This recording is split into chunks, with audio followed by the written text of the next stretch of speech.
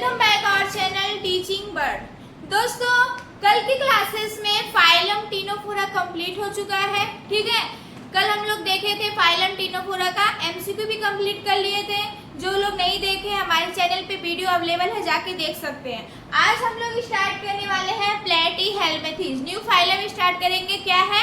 प्लेटीहेल्मिंथेस। ठीक है, आज फाइलम स्टार्ट करेंगे प्लेटीहेल्मिंथेस। दोस्तों, आपके सिलेबस में दिया गया है कि प्लेटीहेल्मिंथेस में यूनिट सेकंड में आपका सिलेबस क्या है? प्लेटीहेल्मिंथेस का जनरल कैरेक्टर मतलब समान लक्षण के बारे में बातें करनी है और इसका वर्गीकरण के बारे में बात करनी है। ठीक है, तो आज हम लोग यूनिट सेकंड का टॉपिक है प्लेटीहेल्मिंथेस, जिसका हम लोग जनरल कैरेक्टर देखेंगे और इसका क्लासिफिकेशन देखेंगे। इसको कितने वर्गों में डिवाइड किया गया, कितने क्लास में डिवाइड किया गया है। दोस्त, जो लोग हमारे चैनल पे नए हैं कृपया चैनल को सब्सक्राइब करिए। अगर वीडियो पसंद आए तो लाइक शेयर भी कीजिएगा। ठीक है, तो चलिए देरी ना करते हम लोग स्टार्ट करते हैं प्लेटीहेल्मिंथेस। आप लोग को पता ही है कि मैं यूनिट सेकेंड और यूनिट थर्ड साथ में लेके चल रही हूँ, क्योंकि अगर अलग अलग लेके चलती तो आप लोग को कंफ्यूजन हो जाता पढ़ने में, क्योंकि सेकेंड में सारे फाइलम का वर्गीकरण बताना है और इसका जनरल कैरेक्टर के बारे में बात करना है। और वही थर्ड में उसी फाइलम से रिलेटेड जो एनिमल है, जैसे प्लेटीहेल्मिंथेस में यूनिट थर्ड में दिया गया है, प्लेटीहेल्मिंथेस का एक एनिमल आपके सिलेबस में है फैसियोला हिपैटिका। ठीक है, जिसको लीवर फ्लूक भी बोलते हैं। जिसको क्या बोलते हैं? फैसियोला हिपैटिका का दूसरा नाम क्या है? Liver fluke. ठीक है, वो कल की क्लासेस में हम डिस्कस करेंगे। अभी आज हम लोग देखेंगे प्लेटीहेल्मिंथेस। तो दोस्तों, प्लेटीहेल्मिंथेस संघ के जो जीव हैं उनको चपटे कृमि भी बोला जाता है। क्या बोला जाता है? चपटे कृमि। चपटे कृमि कहने का मतलब क्या? Flat worm. इस संघ के जो जीव हैं वो चपटे होते हैं, ऐसे मतलब है पत्ती के समान से चपटे होते हैं। ठीक है, उनका शरीर होता है ऐसे चपटा हुआ होता है। ठीक है, तो चलिए सबसे पहले हम लोग इसको देखेंगे। इसका सबसे पहले हम लोग प्लेटीहेल्मिंथेस कार्ड देख लीजिए। प्लेटीहेल्मिंथेस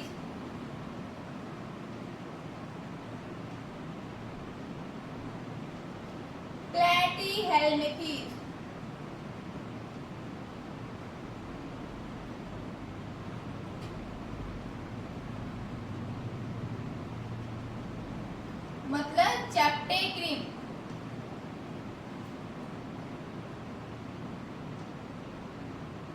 या फ्लैट वर्म।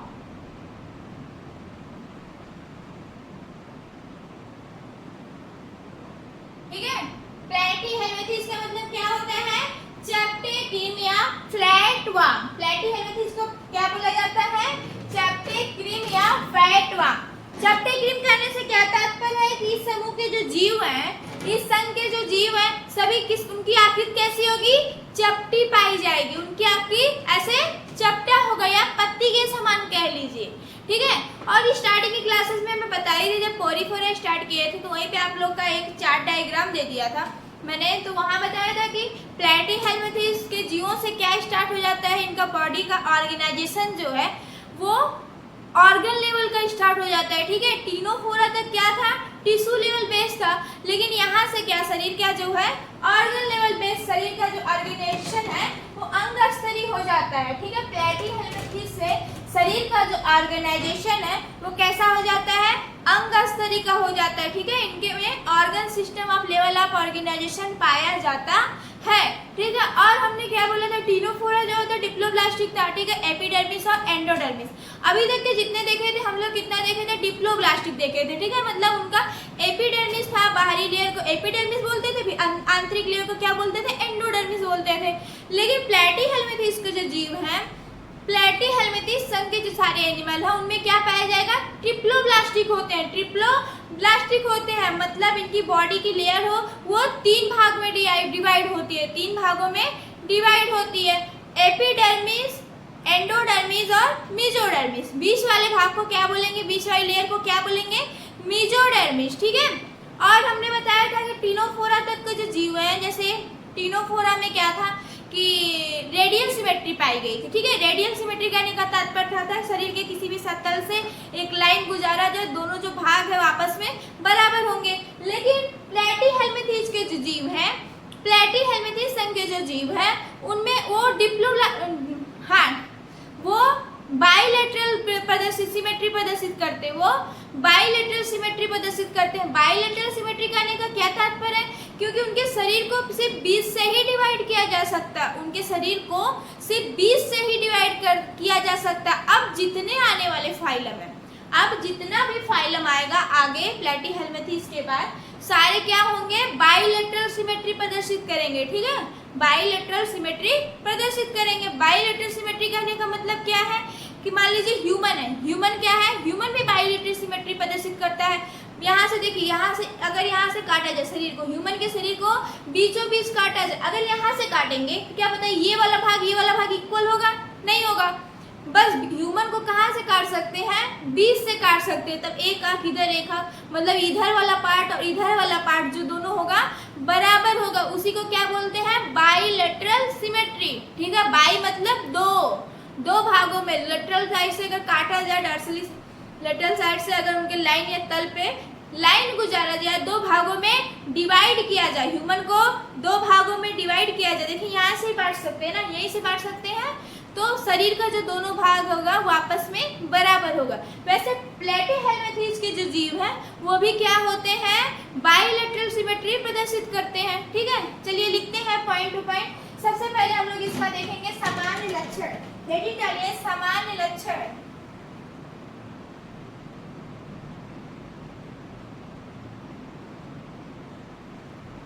सामान्य लक्षण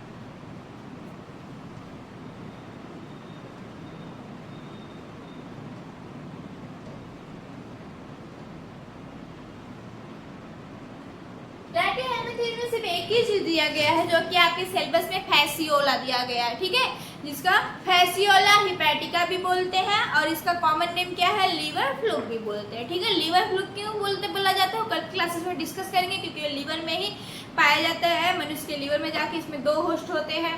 ठीक है, और इसका जो लाइफ साइकिल है थोड़ा कॉम्प्लेक्स होती है, इसलिए कल की क्लासेस की बातें हैं, कल की क्लासेस में अच्छे से बताएंगे। अभी आज हम लोग प्लैटीहेल्मिंथेस का जनरल कैरेक्टर देखेंगे और इसका वर्गीकरण मतलब क्लासिफिकेशन के बारे में बातें करेंगे। ठीक है, तो चलिए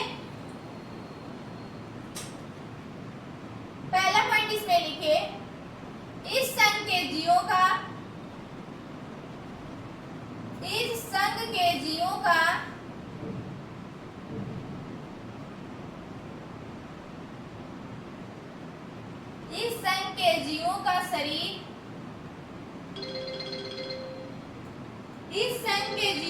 शरीर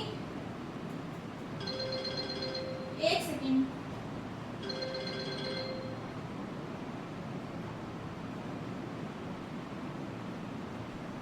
एक मिनट फ्रेंड्स।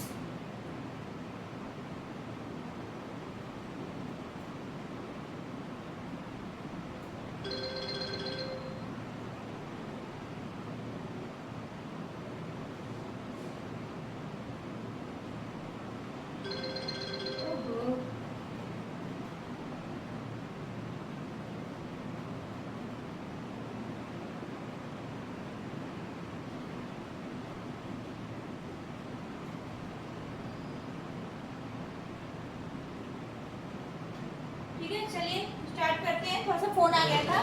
हाँ, तो क्या बोल रहे थे? इस संघ के जीवों का शरीर, इस संघ के जीवों का शरीर चपटा तथा इस संघ के जीवों का शरीर चपटा तथा पत्ते के आकार का होता है, आकार का होता है।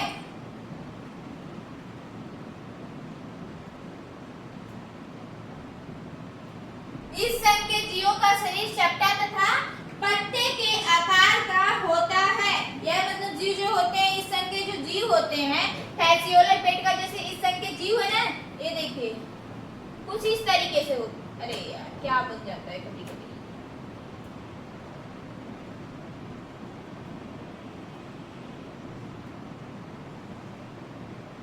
ऐसे होते, देखिए फैसियोला हिपैटिका, मान लीजिए ऐसे इसका स्ट्रक्चर होता है। ठीक है, और ये पत्ते के समान दिखाई दे रहा है ना, पत्ते के समान दिखाई दे रहे, चपटा होता होता है, इनका शरीर जो होता है कैसा होता है, चपटा होता है और कैसा दिखाई देता है, पत्ते के समान दिखाई देता है। नेक्स्ट पॉइंट लिखिए,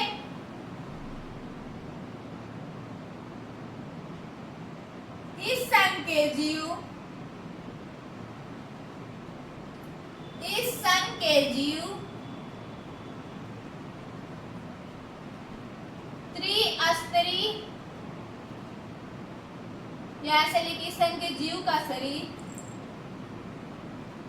इस संघ के जीव का शरीर त्रिस्तरी होता है।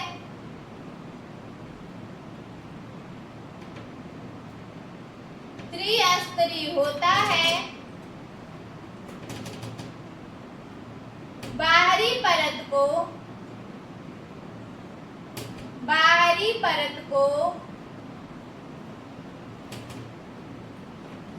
एपिडर्मिस, बाहरी परत को एपिडर्मिस, मध्य के परत को, मध्य परत या बीच के परत को, मध्य परत को मेसोडर्मिस, मेसोडर्मिस तथा आंतरिक परत को,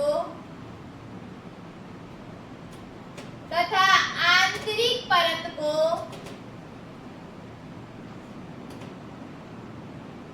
एंडोडर्मिस,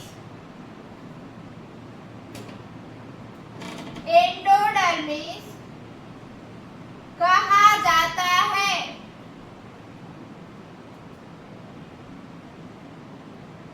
कहा जाता है। इस संघ के जीव का शरीर जो होता है त्रिस्तरी होता है। त्रिस्तरी कहने का मतलब क्या होता है, ट्रिप्लोब्लास्टिक, ठीक है। त्रिस्तरी मतलब ट्रिप्लोब्लास्टिक, जैसे उसमें क्या था,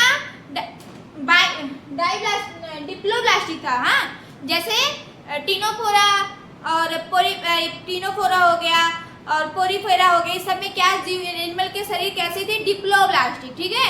यहाँ पे शरीर कैसी है, 3 लेयर में बटी है, जिसको क्या बोलेंगे, ट्रिप्लोब्लास्टिक, या ट्रिप्लोब्लास्टिक क्या बोल देंगे, त्रिस्तरी लेयर, ठीक है। और इसमें लिखे, इस संघ के जीव,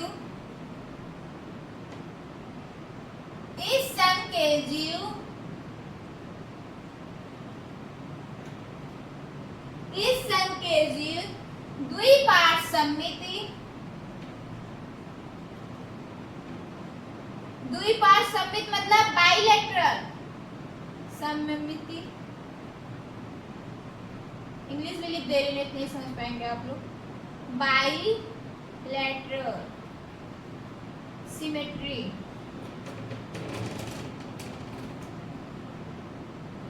बाइलेटरल सिमेट्री प्रदर्शित करते हैं, प्रदर्शित करते हैं, ठीक है। बाइलेटरल सिमेट्री समझ में आ गया ना आप लोग को। बाइलेटरल सिमेट्री करने का मतलब क्या है कि उनके बीचों बीच अगर लाइन गुजारा जाए तो उनका शरीर का जो दोनों पार्ट है आपस में बराबर होगा, ठीक है। लिखिए इतना,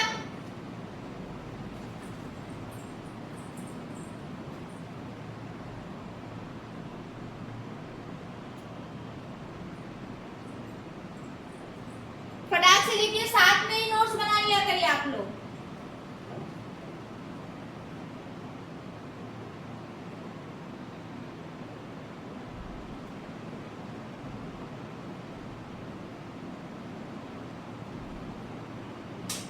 हो गया, मिटाऊं?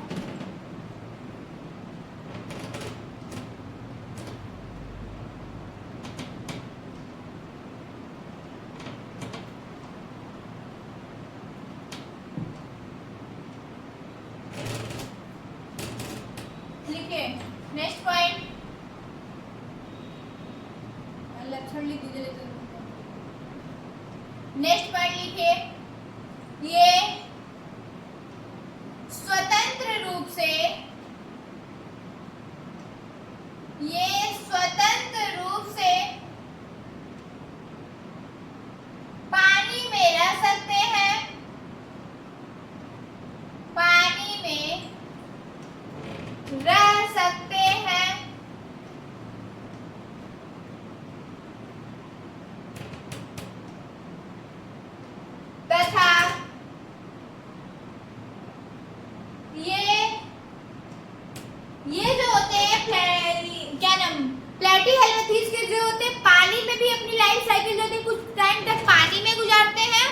की क्लासेस में आपको समझ में आ जाएगा। और कुछ टाइम तक किसी परजीवी के अंदर, किसी होस्ट के अंदर गुजारते हैं, ठीक है। जैसे जब ये टेरेस्ट्रियल पे रहते हैं, जैसे ये पानी में नहीं रहते, किसी परजीवी के अंदर रहते हैं, तो किस में रहते हैं, मनुष्य के लीवर में रह सकते हैं, ठीक है। भेड़ के, बकरी के, गाय के आदि में परजीवी रूप से या होस्ट, पहला होस्ट उनका वो हो जाता है। और सेकेंड क्या होता है, पानी में जब लार्वा स्टेज हो जाती है तो कहाँ जाते हैं, वाटर में जाते हैं, वहाँ पे किसको इन्फेक्ट करते हैं, घेघा को, घेघा स्नेल को, ठीक है। घेघा में अपनी लाइफ साइकिल कंप्लीट करते हैं, ठीक है। मनुष्य के अंदर ये सेक्सुअल रिप्रोडक्शन करते हैं और स्नेल के अंदर एसेक्सुअल रिप्रोडक्शन करते हैं, ठीक है। मनुष्य के अंदर सेक्सुअल रिप्रोडक्शन है, स्नेल के अंदर एसेक्सुअल रिप्रोडक्शन करते हैं। तथा ये पानी में रह सकते, तथा ये परजीवी रूप से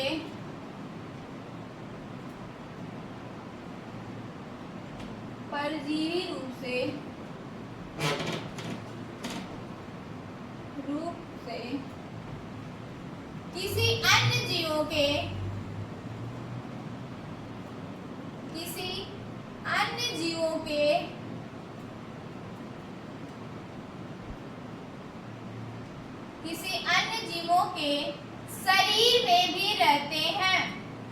शरीर में भी रहते हैं,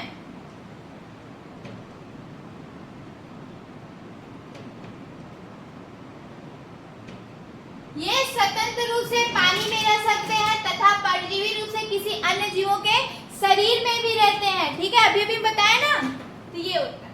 नेक्स्ट पॉइंट लिखिए इसका, इनका शरीर या इस संघ के जीवों का शरीर, इस संघ के जीवों का शरीर, इस संघ के जीवों का शरीर, इस संघ के जीवों का शरीर अंग स्तरीय होता है, अंग स्तरीय होता है। अंग स्तरीय करने का मतलब क्या है कि इनका जो बॉडी है, इनका जो प्लेटीहेल्मिन्थेस संघ के जीवों का जो बॉडी है विभिन्न अंगों से मिलकर बना होता है, ठीक है। इसके पहले अभी तक हम लोग क्या देख रहे थे, टिश्यू लेवल ऑफ ऑर्गेनाइजेशन देख रहे थे, मतलब उनकी बॉडी जो थी टिश्यूओं से मिलकर, ऊतकों से मिलकर बनी थी। अब पोरीफेरा में जैसे सेल लेवल ऑफ ऑर्गेनाइजेशन दे रहे, सेलुलर लेवल ऑफ ऑर्गेनाइजेशन, उनकी पोरीफेरा के जो जीव थे उनकी बॉडी क्या थी, सेल से मिलकर बनी थी, ठीक है। लेकिन इनकी जो बॉडी है प्लेटीहेल्मिन्थेस के संघ के जो जीवों के शरीर है वो अंग लेवल के बने होते हैं, मतलब ऑर्गन लेवल ऑफ ऑर्गेनाइजेशन पाया जाता है, मतलब इनका शरीर जो होता है अंगों से, विभिन्न अंगों से मिलकर बना होता है। लिख लीजिए, अर्थात इनका शरीर, इसीलिए मैं दोनों में कंपैरिजन करके पढ़ाती हूँ सारे संघों में, ताकि आपको हर क्लासेस में जितना संघ फाइलम हो चुका उसका भी रिवीजन साथ में होता जाए, ठीक है। इसीलिए बार बार उसको भी बता देती हूँ। अर्थात इनका शरीर विभिन्न अंगों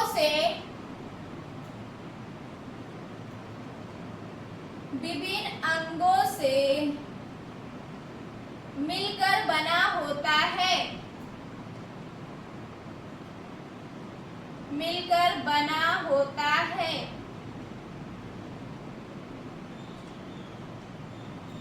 अर्थात इनका शरीर जो है विभिन्न अंगों से मिलकर बना होता है और ये जो होते हैं एसिलोमेट होते हैं, ठीक है। प्लेटीहेल्मिन्थेस संघ के जो जीव होते हैं वो कैसे होते हैं, एसिलोमेट होते हैं। एसिलोमेट कहने का मतलब क्या है, अगुहिक होते हैं, मतलब इनकी बॉडी में, इनके शरीर में कोई गुहा, कोई कैविटी नहीं पाई जाती है, ठीक है। प्लेटीहेल्मिन्थेस के जीव जो है कैसे होते हैं, एसिलोमेट होते हैं, मतलब इनकी शरीर में, इनकी बॉडी में कोई कैविटी, कोई गुहा नहीं पाई जाती। लिख लीजिए नेक्स्ट पॉइंट, इस संघ के जीव,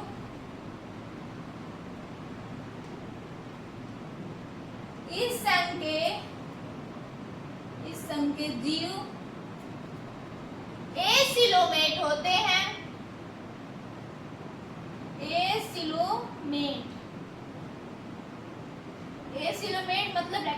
लीजिए अग्विक।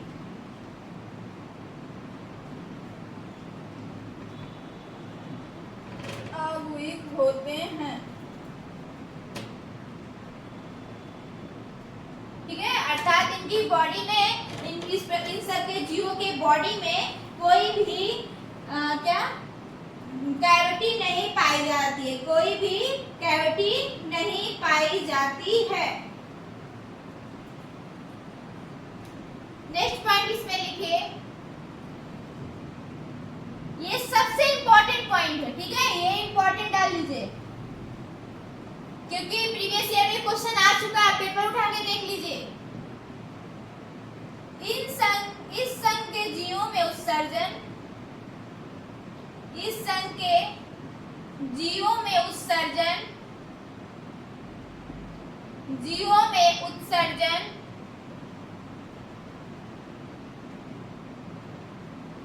इस संघ के जीवों में उत्सर्जन ज्वाला कोशिका, जिसे फ्लेम सेल बोलते हैं, ज्वाला कोशिकाओं के द्वारा, ज्वाला कोशिकाओं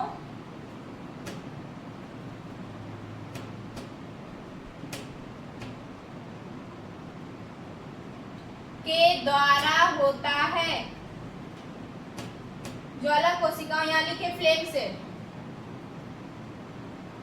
फ्लेम सेल, या इसको क्या बोलते हैं, प्रोटोनेफ्रिडिया बोलते हैं, इसको प्रोटोनेफ्रिडिया भी बोलते हैं, प्रोटोनेफ्रिडिया। अगर प्रोटोनेफ्रिडिया भी दे रहा है तो कंफ्यूज मत होइएगा। प्रोटोनेफ्रिडिया किसको बोलते हैं, ज्वाला कोशिकाओं को बोलते हैं। इस संघ के जो भी उत्सर्जन ज्वाला कोशिकाएं प्रोटोनेफ्रिडिया के द्वारा होता है, द्वारा होता है, ठीक है। मतलब फाइलम प्लेटीहेल्मिन्थेस के जो जीव हैं, फाइलम प्लेटीहेल्मिन्थेस समूह के जो सारे जीव हैं, उनमें जो उत्सर्जन होता है, उत्सर्जन ज्वाला कोशिकाओं के द्वारा होता है, ठीक है। ज्वाला कोशिका, इसको फ्लेम सेल या प्रोटोनेफ्रिडिया भी बोलते हैं। ये क्वेश्चन प्रीवियस ईयर में आ चुका है, ये क्वेश्चन प्रीवियस ईयर में आ चुका है, इसको इंपॉर्टेंट डाल लीजिएगा और इसको ध्यान से देखिएगा, ठीक है। अक्सर कोई क्वेश्चन ऐसे ही पूछता है, मतलब आपको 3-4 ऑप्शन दे देगा, जीव का नाम मैंने फैसियोला हिपैटिका दे दिया, ठीक है, प्लाज्मोडियम दे दिया, हाँ, और भी जीव दे दिया, अमीबा दे दिया, पैरामीशियम दे दिया, 4 ऑप्शन दे दिया। अब क्वेश्चन पूछ लेगा तो इसमें से कौन से जीवों में उत्सर्जन जो होता है फ्लेम सेल या ज्वाला कोशिकाओं के द्वारा होता है, या तो पूछ लेगा प्रोटोनेफ्रिडिया के द्वारा होता है। अगर आप लोग पढ़े रहेंगे कि प्लेटीहेल्मिन्थेस के जो जीव है, ठीक है, प्लेटीहेल्मिन्थेस के जीव है फैसियोला, जिसमें क्या होता है, फैसियोला हिपैटिका आता है। फैसियोला हिपैटिका में क्या पाया जाता है, फ्लेम सेल पाया जाता है, फ्लेम सेल के द्वारा इसमें उत्सर्जन होता है, ठीक है। ये पॉइंट ध्यान दीजिएगा, लिखिए फटाक से।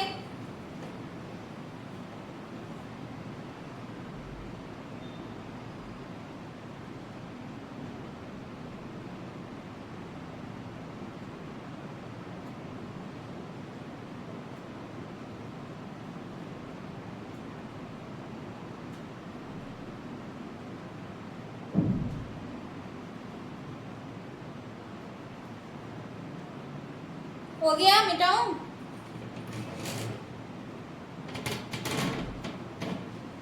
नेक्स्ट पॉइंट लिखिए,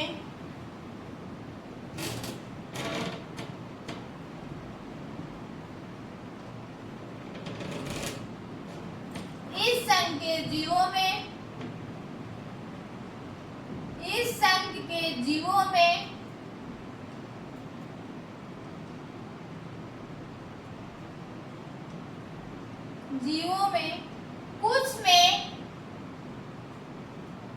कुछ में अपूर्ण पाचन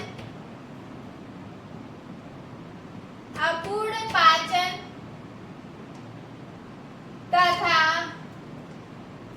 कुछ में पाचन अनुपस्थित होता है। पाचन, यार कितना आवाज कर रहा है, लकड़ी इसको हटाना पड़ेगा। कुछ में पाचन अनुपस्थित होता है,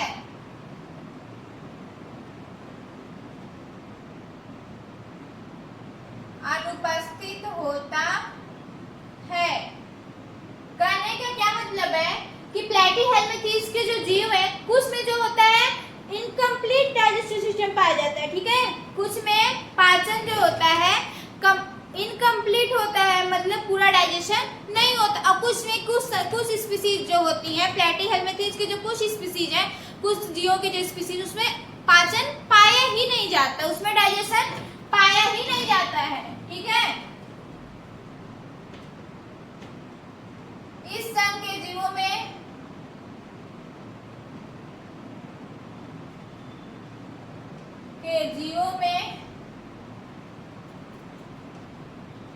मुख,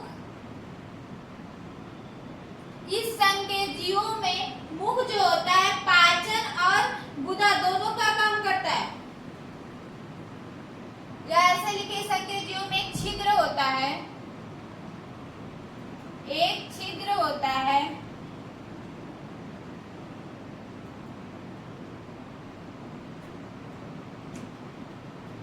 जो मुख तथा गुदा, मुख तथा गुदा दोनों का कार्य करता है, दोनों का कार्य करता है। इस संघ के जीवों में एक छिद्र पाया जाता है, इनकी बॉडी में एक होल पाया जाता है, जिसको क्या बोलते हैं, मुख बोलते हैं। उसी से गुदा का भी काम होता है, उसी से गुदा का भी काम करता है, ठीक है। और इसमें डिफ्यूजन कैसे होता है, डिफ्यूजन बोले तो विसरण, ठीक है। और इनमें श्वसन कैसे होता है, श्वसन कैसे होता है, डिफ्यूजन के द्वारा, उल्टा बोल दी। श्वसन कैसे होता है, डिफ्यूजन के द्वारा। इनमें श्वसन सही लिखे, श्वसन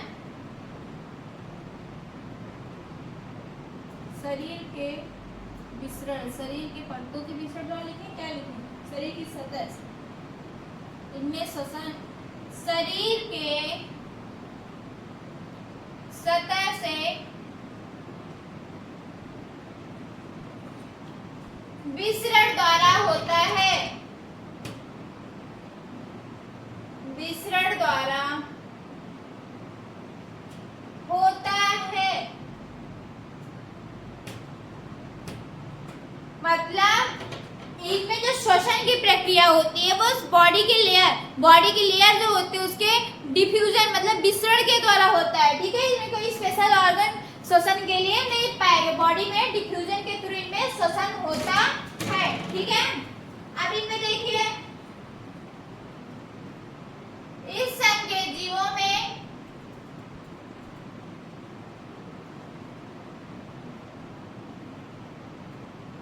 लैंगिक तथा अलैंगिक,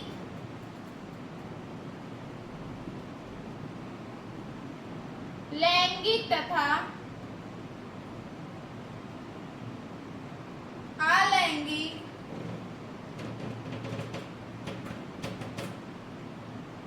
दोनों प्रजनन पाया जाता है, दोनों प्रजनन, अलैंगिक प्रजनन, लैंगिक तथा अलैंगिक प्रजनन पाया जाता है।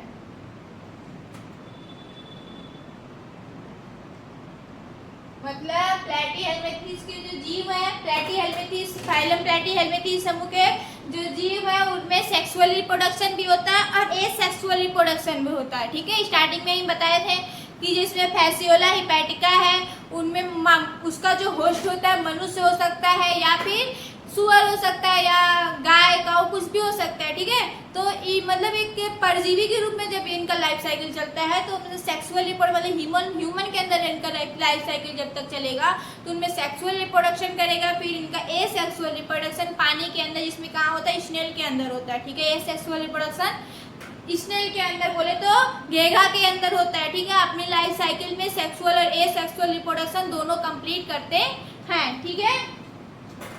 और इसमें पुनर्जनन की पावर पाई जाती है, रीजनरेशन की पावर पाई जाती है। नेक्स्ट पढ़ लिखिए, इस संघ के जीवों में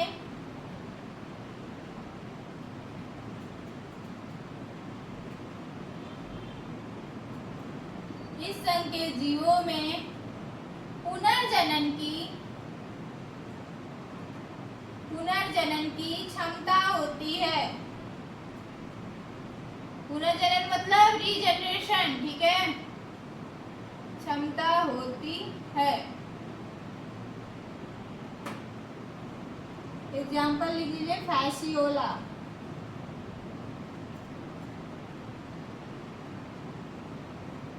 फैसियोला हिपैटिका की पुनर्जनन की मतलब रीजनरेशन की पावर पाई जाती है। अगर इनका बॉडी कहीं से कट जाए तो वही बॉडी जो उनका वैसा सेल स्पोपसिस रहेगी तो फिर से नया बॉडी का निर्माण कर देगी, वही होता है रीजनरेशन की पावर। लिखिए, फिर इसके बाद हम लोग इसका क्लासिफिकेशन देखेंगे, फटाक से लिखिए।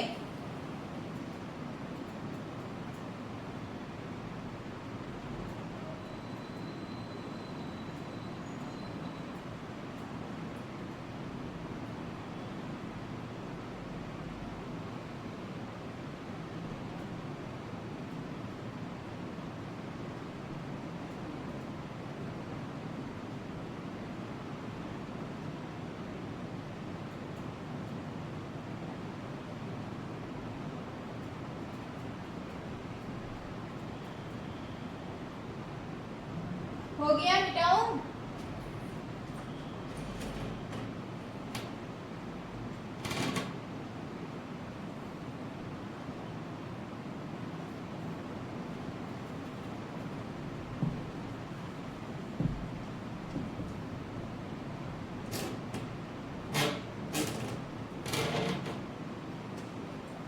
अभी हेडिंग डालिए, वर्गीकरण।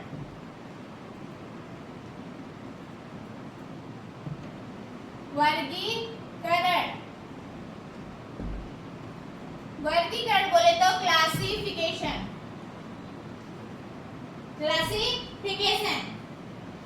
तो दोस्तों, प्लेटीहेल्मिंथेस का सबफाइलम जो है, फाइलम प्लेटीहेल्मिंथेस को 4 वर्गों में डिवाइड किया गया है। प्लेटीहेल्मिंथेस को 4 वर्गों में डिवाइड किया गया है, ठीक है। उसके कैरेक्टर के अनुसार, उसके लक्षण के अनुसार इन समूह के जो जीवों को 4 वर्गों में, 4 क्लास में डिवाइड किया गया है, ठीक है।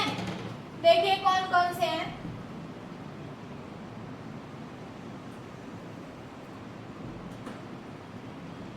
पहला जो होता है उसको बोलते हैं टर्बेलारिया। पहला टर्बेलारिया।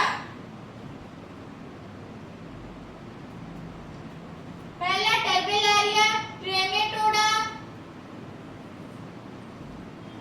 टर्बेलारिया। दूसरा होता है ट्रेमेटोडा।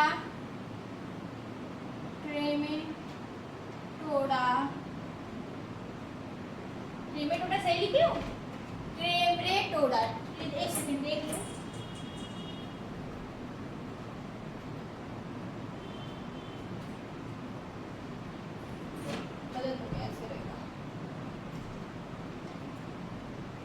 ट्रेमेटोडा, मोनोजेनिया,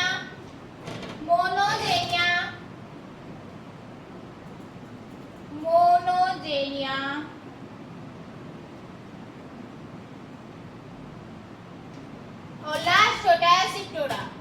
पहला टर्बेलारिया, ट्रेमेटोडा, मोनोजेनिया और लास्ट होता है सेस्टोडा।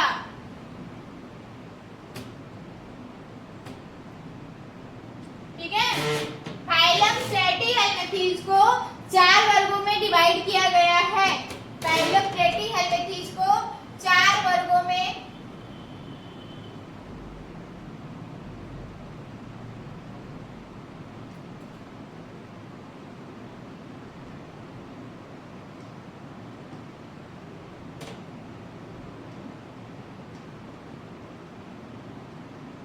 लिख लीजिए, ठीक है। पहला कौन सा है? टर्बेलारिया। पहला टर्बेलारिया वर्ग, दूसरा ट्रेमेटोडा वर्ग, दूसरा ट्रेमेटोडा वर्ग, तीसरा मोनोजेनिया वर्ग और चौथा सेस्टोडा वर्ग। चौथा क्या होता है? सेस्टोडा वर्ग। अब हम लोग देखेंगे टर्बेलारिया क्या होता है, एक एक तो हेडिंग डाल के उसमें देख लेंगे और उसका एग्जाम्पल भी साथ में देखते चलेंगे, ठीक है। कि टर्बेलारिया में कौन से जीव आते हैं, कौन सा एनिमल आता है।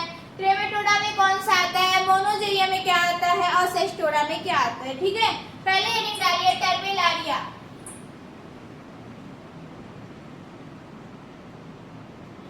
टर्बेलारिया,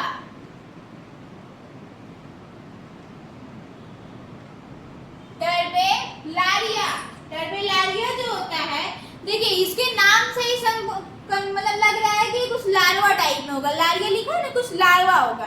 तो लार्वा करने का मतलब यही है कि इसका स्वतंत्र अवस्था में फ्री स्विमिंग स्टेज में पाए जाएंगे। ठीक है, मतलब वह स्वतंत्र रूप से जल में तैरेंगे। ठीक है, इनके शरीर पे क्या होती है, सीलिया पाई जाती है। ठीक है, इनके शरीर पे सीलिया पाई जाती है जो जल में स्वतंत्र रूप से तैरते रहते हैं। सीलिया कहाँ पाई जाती है, एपिडर्मिस पे पाई जाती है। ठीक है, सारे पॉइंट्स लिखिए फटाफट।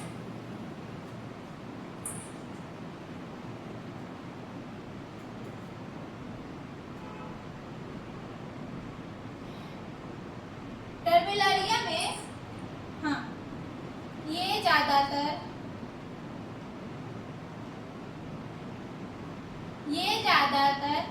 स्वतंत्र जीवी होते हैं, स्वतंत्र जीवी होते हैं जो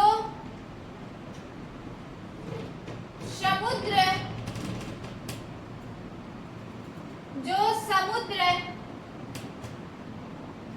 नदियों तथा नम स्थानों पर पाए जाते हैं। नम स्थानों पर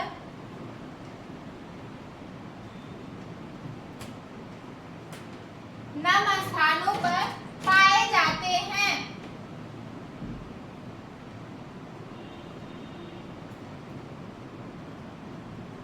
नम स्थानों पर पाए जाते हैं। इनके एपिडर्मिस पर या इनके शरीर पर सीलिया पाई जाती है।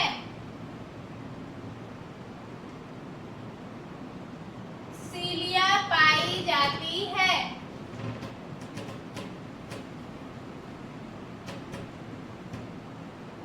ठीक है, और एग्जाम्पल में लिख लीजिए। एग्जाम्पल में प्लेनेरिया, एग्जाम्पल इसका क्या है, प्लेनेरिया।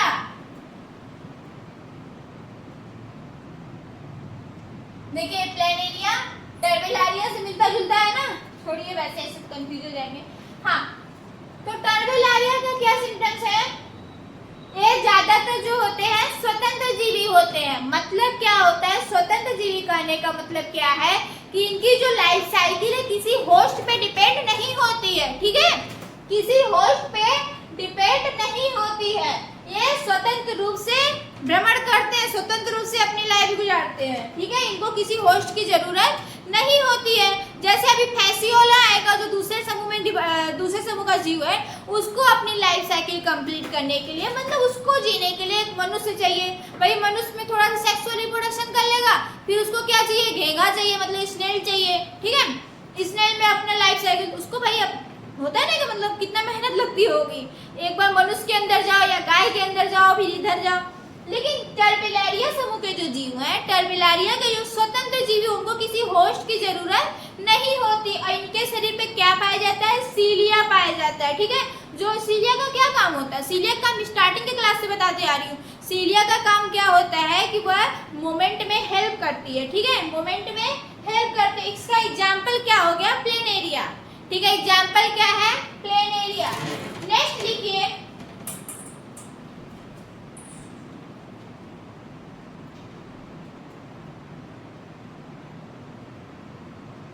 नेक्स्ट आ गया सबसे कॉम्प्लेक्स वाला, ट्रेमेटोडा।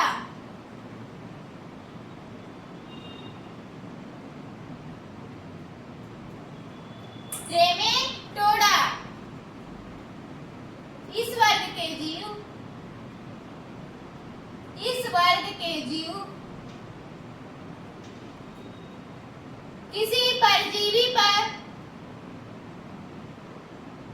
किसी परजीवी पर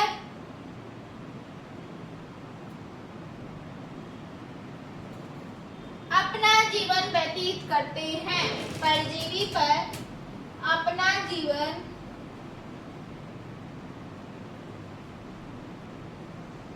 व्यतीत करते हैं। परजीवी बोले तो होस्ट पे, इनको लाइफ जीने के लिए क्या चाहिए, होस्ट चाहिए, ठीक है।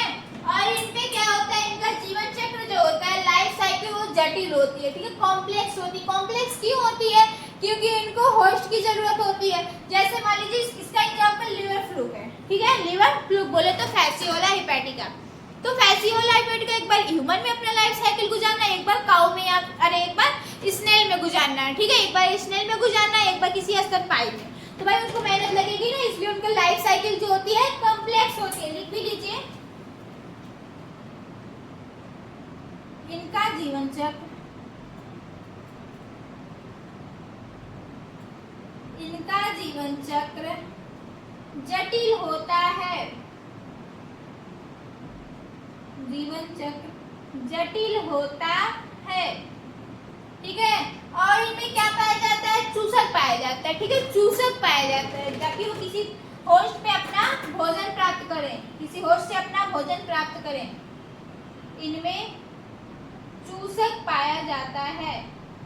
चूसक का काम क्या होता है, मतलब ये परजीवी होते हैं, किसी और पे डिपेंड होते हैं, तो उससे चूसक से क्या करते हैं, अपना भोजन प्राप्त करते हैं। इनमें चूसक पाया जाता है। एग्जाम्पल लिख लीजिए, फैसियोला, एग्जाम्पल फैसियोला,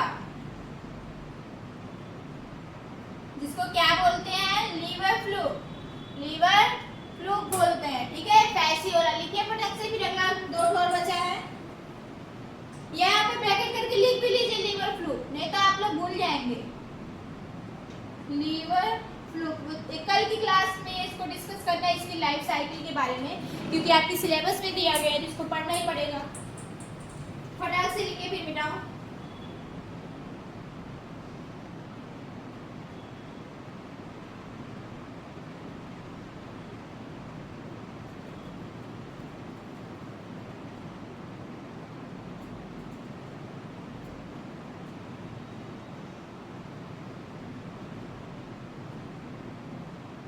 हो गया,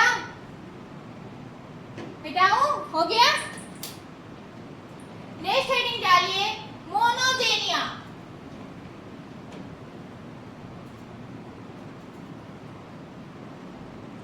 मोनोजेनिया थर्ड है, थर्ड मोनोजेनिया।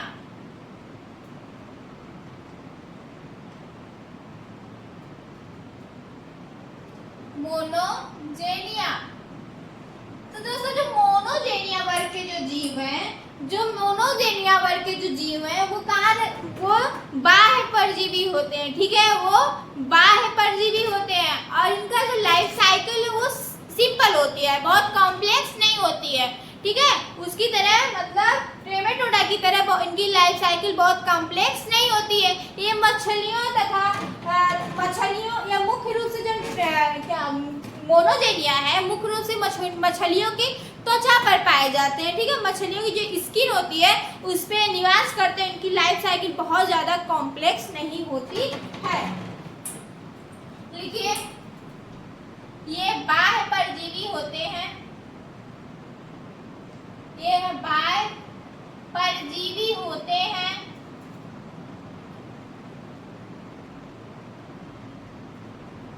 बाह्य परजीवी खाने का मतलब क्या है, देखिए मछली के अंदर नहीं पाया गया है, मछली के स्किन तथा गलफड़े पे पाया गया है, ठीक है, मतलब ये बाहर निवास कर रहा है। हाँ, ये बाह्य परजीवी होते हैं जो मुख्य रूप से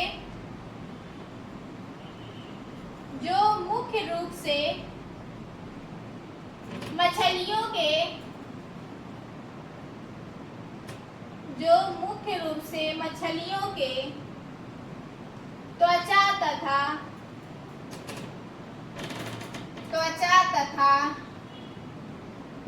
गलफड़ों में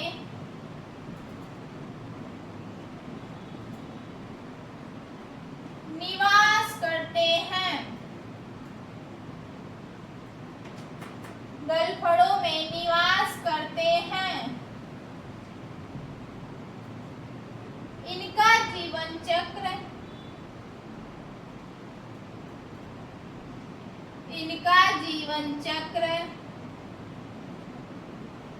सरल होता है।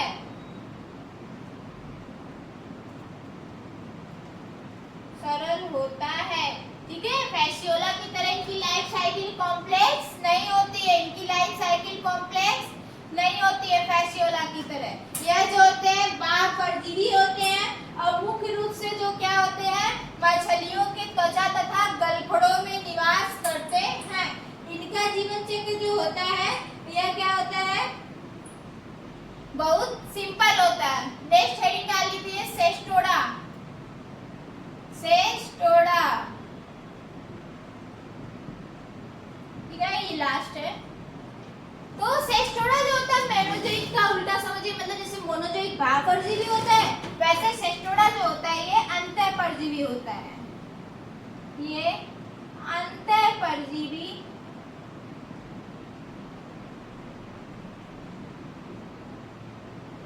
अंतः परजीवी होते हैं, जिन्हें फीता कृमि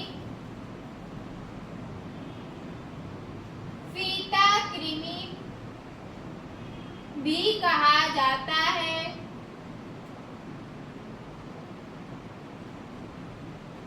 फीता कृमि भी कहा जाता है।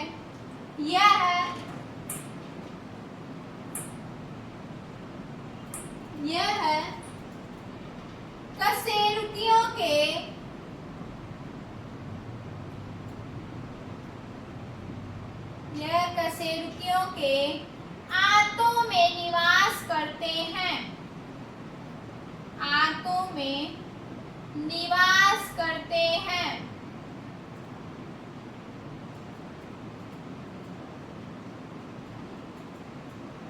ठीक है, इसका एग्जाम्पल आपको समझ में आ ही गया होगा।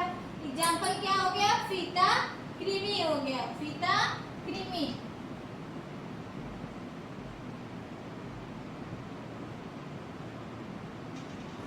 ठीक है,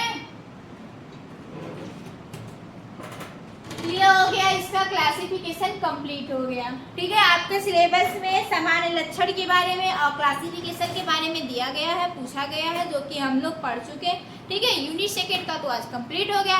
कल यूनिट थर्ड में जो फैसियोला हेपेटिका दिया गया उसका लाइफ साइकिल पढ़ लेंगे और उसका लाइफ साइकिल और स्ट्रक्चर पढ़ लेंगे। ठीक है, हैबिटेट भी देख ही लेते हैं, वैसे क्लासिफिकेशन तो मैं एक्स्ट्रा करवा देती हूँ, ताकि कहीं इधर उधर से भी क्वेश्चन पूछे तो आपका फंसे नहीं। और जनरल नॉलेज के लिए तो भाई चाहिए ही। ठीक है, तो दोस्तों आज की क्लासेस, आज की टॉपिक यहीं तक है। ठीक है, आपको एकदम टॉपिक वाइज पढ़ाया जा रहा है। ठीक है, जितना आपकी सिलेबस में दिया गया सिलेबस को ही टारगेट करके पढ़ाया जा रहा है। ठीक है, वीडियो पसंद आए तो लाइक शेयर और सब्सक्राइब। और जो लोग नए हैं, जो लोग चैनल पे नए हैं, प्लीज़ चैनल को सब्सक्राइब कर दीजिए। ठीक है, आप लोग सब्सक्राइब नहीं करें तो उनको मोटिवेशन नहीं मिलता। भाई यहाँ पे हम खड़े होकर अपनी एनर्जी यहाँ देते हैं, अपने फ्री में आप लोग के लिए क्लासेस ला रहे हैं, एटलीस्ट आप लोग चैनल तो सब्सक्राइब कर दीजिए। ठीक है, थैंक यू सो मच।